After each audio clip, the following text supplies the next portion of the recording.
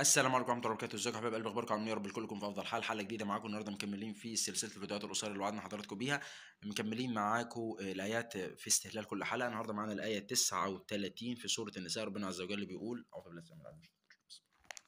وماذا عليهم لو آمنوا بالله واليوم الآخر وأنفقوا مما رزقهم الله وكان الله بهم عليما.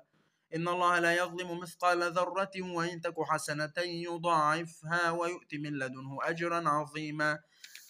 فكيف إذا جئنا من كل أمة بشهيد وجئنا بك على هؤلاء شهيدا. يومئذ يود الذين كفروا وعصوا الرسول لو تسوى بهم الأرض ولا يكتمون الله حديثا. دي كانت آيات النهاردة. ندخل بعد كده صدق الله العظيم في حلقة النهاردة.